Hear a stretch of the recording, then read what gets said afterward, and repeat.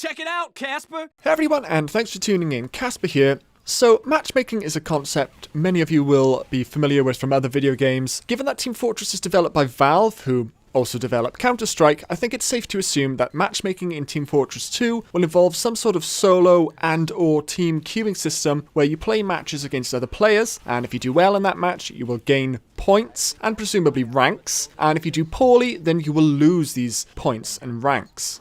Matchmaking is an exciting concept for Team Fortress 2 because ranked games have a higher competitive element where typically the teams are more focused on actually playing the objective as well as communicating and working together, which is something that you don't typically get in public servers. As a result of games being ranked, you will ultimately be playing against players who are of a similar skill level to you, and this is one of the larger appeals of matchmaking as a whole because higher skilled players are rarely challenged in your typical Valve server, especially when people aren't working as a team. So why only now are we talking about matchmaking? Well, if you didn't already know, Valve have officially acknowledged that they are working on a competitive matchmaking feature, and they've recently started a closed beta, into which they've invited well-known and one of the best Team Fortress 2 players in the world, Banny. The good news for those of us who aren't in the beta is that Banny has kindly streamed a few times and answered quite a few key questions that people have had about the state of the beta, so we can talk about what is looking good and maybe what isn't looking so good. A lot of the things we already know might not sound too exciting to you and me, and I think that's because the metagame which exists in Team Fortress 2 has developed almost entirely independent from Valve's influence. If we take CSGO here as an opposing example, the competitive meta there is largely dictated by the developers. The developers have decided how many players play on each team, they have decided the weapons which can be used, the number of rounds which are played, etc, etc, and the competitive community plays those rules pretty much how Valve set them up. Now, in the instance of Team Fortress 2, we can't really say that. The two main game types which are played in competitive are 6 versus 6, which is typically 2 scouts, 2 soldiers, 1 demo man, 1 medic, and scope for 1 or 2 people to swap class temporarily. The other game type is Highlander. That's 9 versus 9 players and 1 player of each class, no doubling up, those classes are fixed.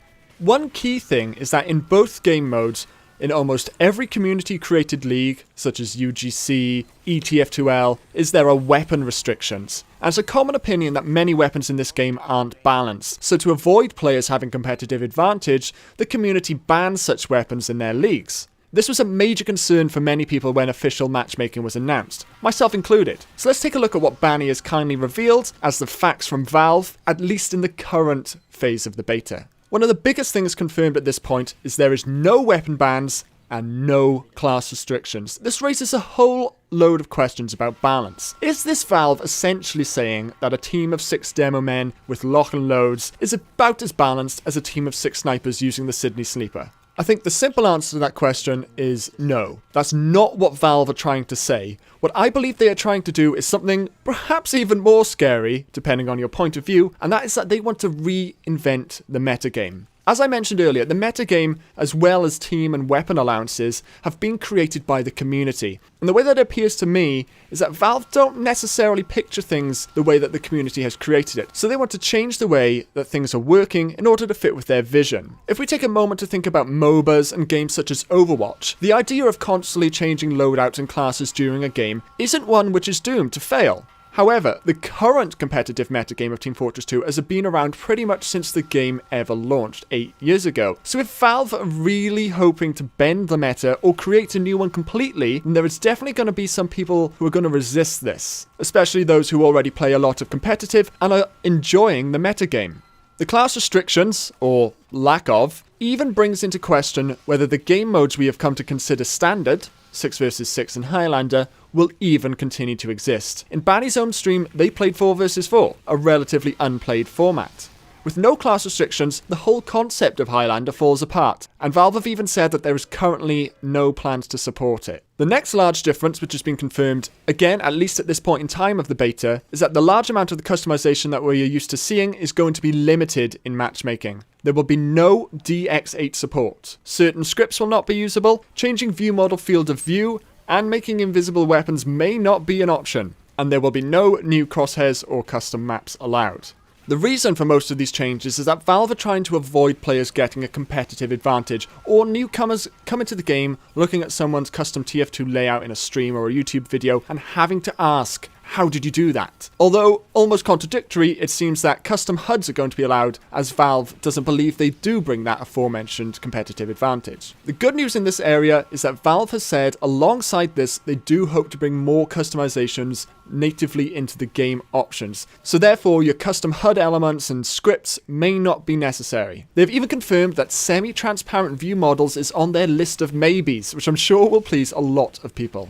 Overall, I don't think this particular set of changes is a bad thing, as long as they can commit to optimize the hell out of this game so people can run DX9 without losing tens, if not hundreds of frames per second. And of course, as long as the customization options they add into the game cover the custom HUD and custom script conveniences that they remove, then I got no argument at all with that. The fact that you have to understand a certain level of computer programming languages in order to customize the buttons in a video game is a bit of a joke to start with, in my opinion.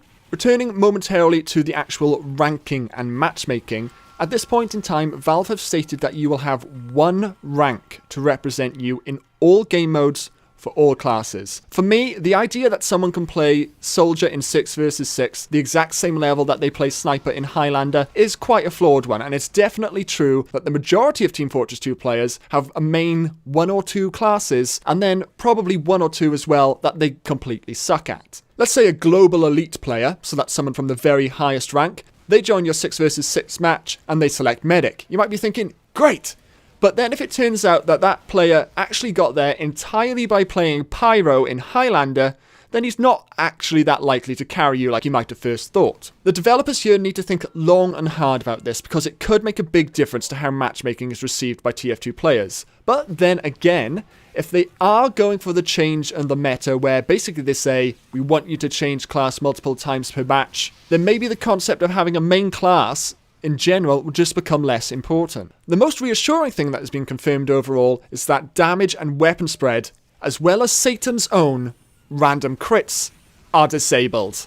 If you didn't already know, pellet-based weapons, such as shotguns, have a random pellet spread, which means the pellets come out in a random pattern. But when this is disabled, bullets come out in a standard pattern every single time. Now that takes an element of random number generation away from the game and ultimately rewards skill over luck. So when plebs like us get the beta? Well, Valve have said they do intend ramping up the beta inclusion quickly. We already know that there's plenty of people more than just Banny in the beta right now, so obviously he can play with them. But when this becomes an open beta or sort of beta by request, we don't know yet. But I'm hoping to get into it. If they do change this meta game, I'm not against it. I am used to playing competitive in the current formats, but if they do want to completely change it, this is no class restrictions and they're basically encouraging the idea of changing class repeatedly, I'm willing to look at it. That's all I'm going to say right now. But I'm sure you guys have got some questions. Please let me know. I'll answer anything I can. You might disagree with some of my thoughts so far. You're very welcome to do so. Please let me know if that's the case and we can chat about it.